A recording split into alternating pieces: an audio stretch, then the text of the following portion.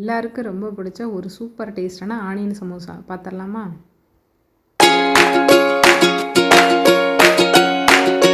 நான் கோதுமை மாவில் செய்கிறேங்க. கண்டிப்பாக அதை செஞ்சு பாருங்கள், சூப்பர் டேஸ்ட்டாக இருக்கும்.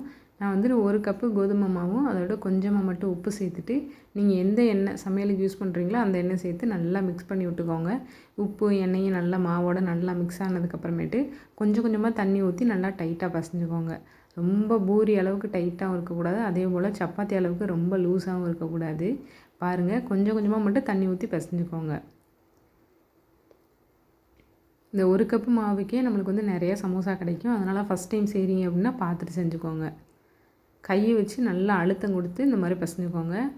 பாருங்கள், மாவு இந்த அளவுக்கு நல்லா சாஃப்டாக இருக்கணும். ரொம்ப நேரம்லாம் ஊறணும்னு அவசியம் இல்லைங்க. கொஞ்சம் நேரம் மட்டும் இதை ஊறினதுக்கப்புறமேட்டு நம்ம ஸ்டஃபிங் போட்டு செஞ்சிடலாம். இது மாவு ஊறுறதுக்கும் நம்ம ஸ்டஃபிங் செய்கிறதுக்கும் கரெக்டாக இருக்கும். மேலாப்பில் மட்டும் மாவு காஞ்சிராமல் இருக்கிறதுக்காண்டி கொஞ்சமாக எண்ணெய் தடவிட்டு மூடி போட்டு மூடி வச்சுருங்க. அவ்வளோதான், இது ஒரு ஓரத்தில் இருக்கட்டும். இப்போ நம்ம உள்ளே வைக்கிற இந்த ஸ்டஃபிங் செய்வோம். பாத்திரம் வச்சுட்டு கொஞ்சமாக எண்ணெய் சேர்த்துட்டு ஒரு 1/4 டீஸ்பூன் மட்டும் சோம்பு சேர்த்துக்கோங்க. அதோட குட்டி குட்டியாக கட் பண்ணி வச்சுருக்கிற ஒரு 2 பல்லு பூண்டு.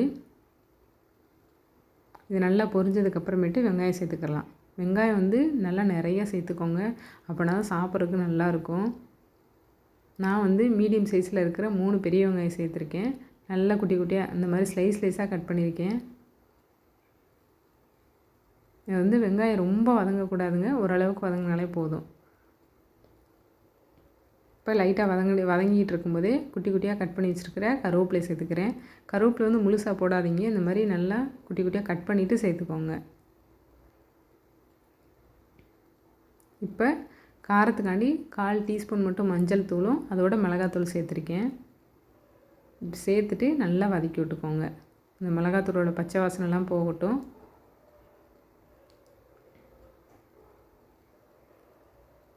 அடுப்பு சிம்மிலே வச்சு வதக்கி விட்டுக்கோங்க. இப்போ இந்த ஸ்டஃபிங்க்கு தேவையான அளவுக்கு மட்டும் உப்பு சேர்த்துக்கோங்க.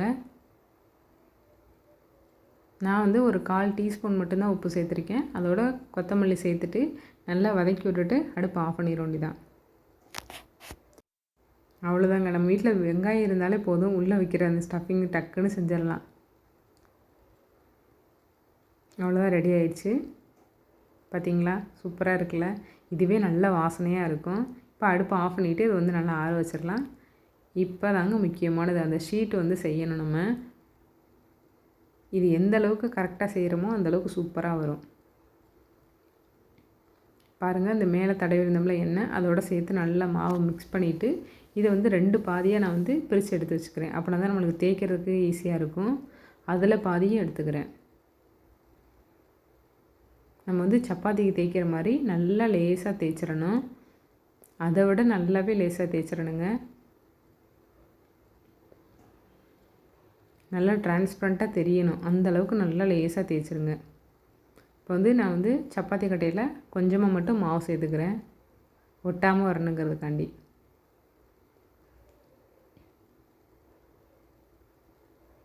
நான் மொத்தமாக 4 சப்பாத்தி மாவு அளவுக்கு தேய்க்கிறேன். எந்த அளவுக்கு லேசாக தேய்க்க முடியுமோ அந்தளவுக்கு நல்லா லேசாக தேய்ச்சிக்கோங்க. மாவு அதிகம் போடாதீங்க, ஃபஸ்ட்டு போடுற மாவே நம்மளுக்கு கரெக்டாக இருக்கும். இந்த மாதிரி மட்டும் தேய்ச்சி விட்டுட்டு நல்லா முன்னாடி பின்னாடி திருப்பி போட்டு நல்லா தேய்ச்சிக்கோங்க. இதுக்கு ஷேப்பாக வரணும்னு அவசியம் இல்லைங்க, ஏன்னா அதுக்கப்புறமேட்டு நம்ம கட் பண்ணிடுவோம். முடிஞ்ச வரைக்கும் நல்லா லேசாக மட்டும் தேய்ச்சிக்கோங்க. இது கோதுமை மாவில் செய்கிறதுனால குழந்தைங்களுக்கும் கொடுக்கலாங்க, நல்லா சாப்பிடுவாங்க. நம்ம மைதா மாவில் செய்கிறதா கடையில் கொடுக்குறதோ வீட்டில் செய்கிறதோ குழந்தைங்களுக்கு கொடுக்க மாட்டோம். ஒரு சில பேர் மைதா மாவே சாப்பிடக்கூடாது அப்படின்னு நினப்பாங்க. கோதுமை மாவில் செய்கிறதுனால என்றைக்காச்சும் ஒரு நாள் கொடுக்கலாம். இப்போ பாருங்கள், இந்த மாதிரி நல்லா லேசாக இருக்கணும். இன்னுமே நான் நல்லா தேய்ச்சிக்கிறேன். எந்த அளவுக்கு நல்லா லேசாக தேய்க்க முடியுமோ அந்தளவுக்கு தேய்ச்சிக்கோங்க.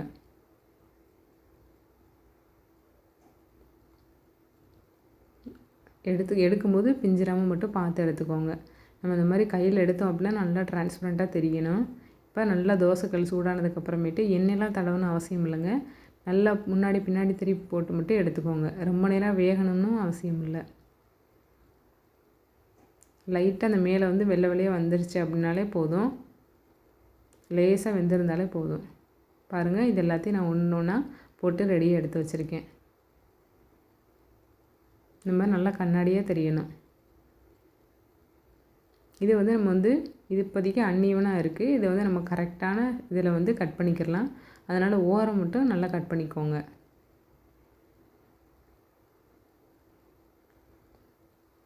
நாலு சைடுமே ஓரத்தில் கட் பண்ணிக்கோங்க.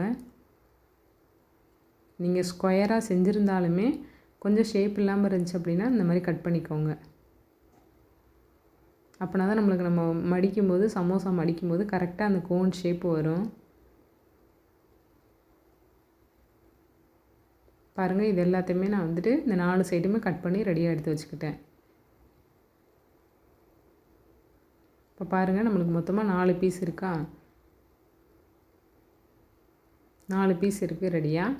இப்போ இதுலேயும் பாதி கட் பண்ணணும்.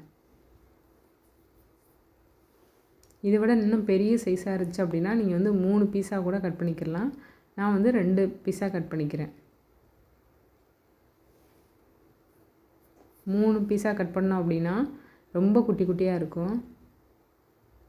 அதனால் அதுலேயும் பாதியமாக கட் பண்ணிக்கிட்டேன்.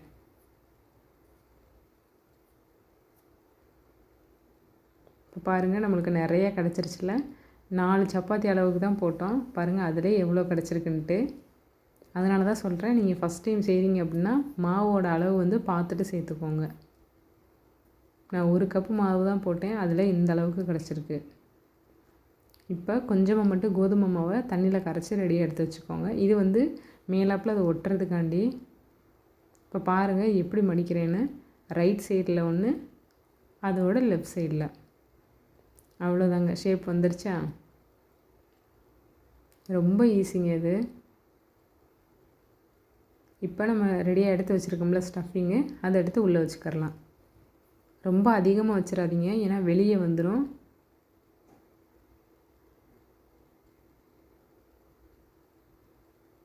இந்த அளவுக்கு மட்டும் போதும்.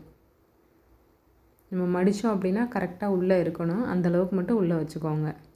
இப்போ நம்ம வந்து கொஞ்சமாக மாவு தண்ணியில் கரைச்சி வச்சுருக்கோம்ல, அந்த மாவு எடுத்து லேசாக வந்து மேலே தேய்ச்சிக்கோங்க. அப்படின்னா தான் நம்மளுக்கு வந்து டைட்டாக ஒட்டிக்கிறோம். அது வந்து கோதுமை மாவு இல்லை மைதா மாவு எதுலனாலும் தண்ணியில் வச்சு கரைச்சி வச்சுக்கோங்க. ரொம்ப தண்ணியாக வைக்க வேண்டாம், கொஞ்சம் திக்காக இருக்கட்டும். இப்போ இதை எடுத்து அப்படியே ஃபோல்ட் பண்ணிடுங்க. நல்லா டைட்டாக ஃபோல்ட் பண்ணுங்கள், அப்படின்னா தான் நல்லா டைட்டாக ஒட்டிக்கிறோம். அவ்வளோதாங்க. இது இந்த சைடு நம்ம ஒட்டணும் அவசியம் இல்லை. நீங்கள் நிறைய ஸ்டஃபிங் வச்சுருந்தீங்க அப்படின்னா மட்டும் இந்த கேப்பில் ஒட்டிக்கோங்க.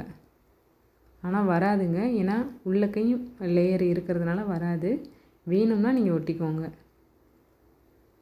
பாருங்கள், அவ்வளோதாங்க, கோன் ஷேப் வந்துருச்சா? இப்போ பாருங்கள், இன்னொன்று மடித்து காமிக்கிறேன். ஒரு ரைட் சைடு, அதோட ஒரு லெஃப்ட் சைடு. அவ்வளோதாங்க. நீங்கள் மாவு மட்டும் பிசைஞ்சிட்டு ஒரு 4 பெரிய வெங்காயம் இருந்துச்சு அப்படின்னாலே போதுங்க. நம்ம கோதுமை மாவுலேயே செய்கிற சூப்பரான சமோசா செஞ்சிடலாம். அவ்வளோதான். உள்ள ஸ்டஃபிங் வச்சு மேலே இந்த மாவு மட்டும் லேசாக தடவி விட்டாலே போதும். ரொம்ப அதிகமாக தடவாதீங்க.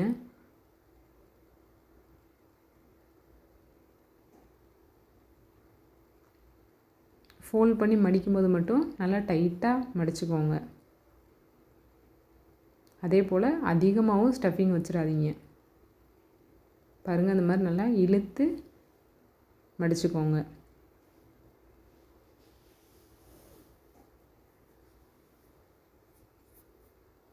இப்போ பாருங்கள், இந்த மாதிரி மடிக்கிற கஷ்டமாக இருந்துச்சு அப்படின்னா நீங்கள் ஃபஸ்ட்டே வந்து மாவு வந்து இந்த மாதிரி தேய்ச்சி எடுத்துக்கோங்க. அப்படின்னா டக்குன்னு மடிச்சிடலாம். இந்த மாதிரி 2 சைடுமே மாவு வந்து ஃபஸ்ட்டே தேய்ச்சிருங்க. அந்த கோதுமை மாவு கரைச்சிருக்கோம்ல அது. இது வந்து டக்கு டக்குன்னு நம்ம வந்து மடிச்சுக்கிறலாம். எடுத்துகிட்டு ஒரு ரைட் சைடு, அதோட ஒரு லெஃப்ட் சைடு.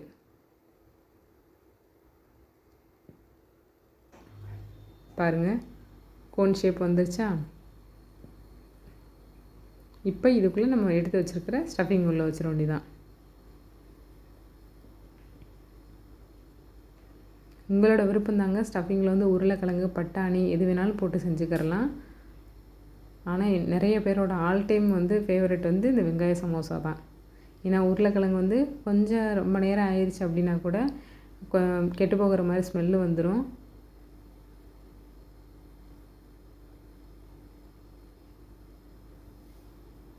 அவ்வளோதாங்க. இதே மாதிரியவே எல்லாத்தையும் மடித்து ரெடியாக எடுத்து வச்சுக்கோங்க.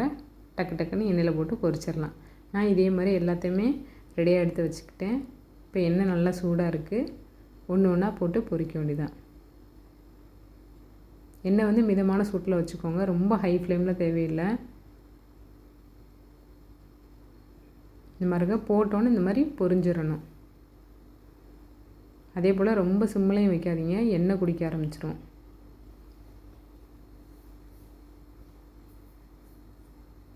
முன்னாடி பின்னாடி திருப்பி போட்டுக்கோங்க. அப்போனா தான் எல்லாமே ஒரே மாதிரி கலரில் இருக்கும். நல்லா அந்த கோல்டன் கலரில் கடையிலலாம் இருக்கும்ல, எல்லாம் ஒரே மாதிரி கலரில் இருக்கும்.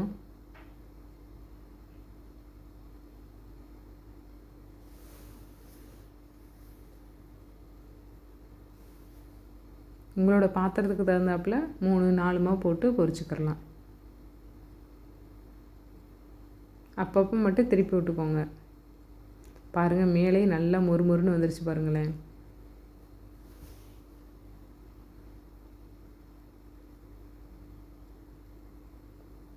லைட்டாக அந்த கலர் மாதிரி எல்லாம் ஒரே மாதிரி கலர் வந்துருச்சுனாலே எடுத்துட வேண்டியதாங்க. நம்மளுக்கு உள்ள வெங்காயம்லாம் வேகணும்னு அவசியம் இல்லை. ஏன்னா அதில் வந்து நல்லா வதங்கினது தான். அவ்வளோதாங்க. இந்த மாதிரி நல்லா கோல்டன் கலரில் வந்துருச்சு அப்படின்னாலே எடுத்துட வேண்டியதான். இந்த லீவு டயத்தில் குழந்தைங்க ஸ்நாக்ஸ் கேட்டாங்க அப்படின்னா 1 கப்பு கோதுமை மாவு, ஒரு 3 பெரிய வெங்காயம் இருந்தாலே போதுங்க. நம்ம டக்குன்னு செஞ்சு கொடுத்துடலாம். கண்டிப்பாக செஞ்சு பாருங்கள், சூப்பர் டேஸ்ட்டாக இருக்கும். குழந்தைங்களுக்கும் கொடுக்கலாம் கோதுமை மாவில் செய்கிறதுனால.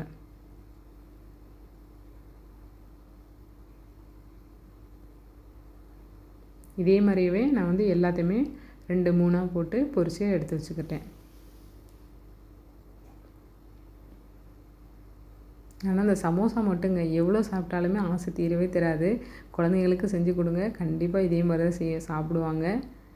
நீங்கள் வந்து கட் பண்ணும்போது ரொம்ப சைஸ் வந்து சின்னதாக கட் பண்ணிங்க அப்படின்னா குட்டி குட்டியாக இருக்கும். அவ்வளோதான். இதே மாதிரியவே எல்லாத்தையும் பொரித்து ரெடியாக எடுத்து வச்சாச்சு. நான் வந்து கொஞ்சமாக மட்டும் மேலே கருவேப்பிலை வந்து லைட்டாக பொரித்து போட்டேன், நல்லா வாசனையாக இருக்கும்.